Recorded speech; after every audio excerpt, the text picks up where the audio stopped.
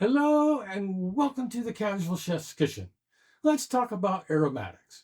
Because if you ever walked into a kitchen and thought, wow, that smells amazing, before you ever saw the food, that's aromatics doing the work. Onions, garlic, herbs, spices.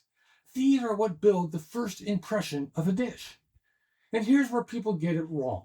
They rush them. They cook them too hot, or they treat them like they don't matter. Aromatics aren't just ingredients, they set the direction of flavor. If your food tastes fine but feels kind of flat or one dimensional, this is probably why. In the Aromatics Foundation, I break down what aromatics actually do, how to cook them properly, and why timing changes everything.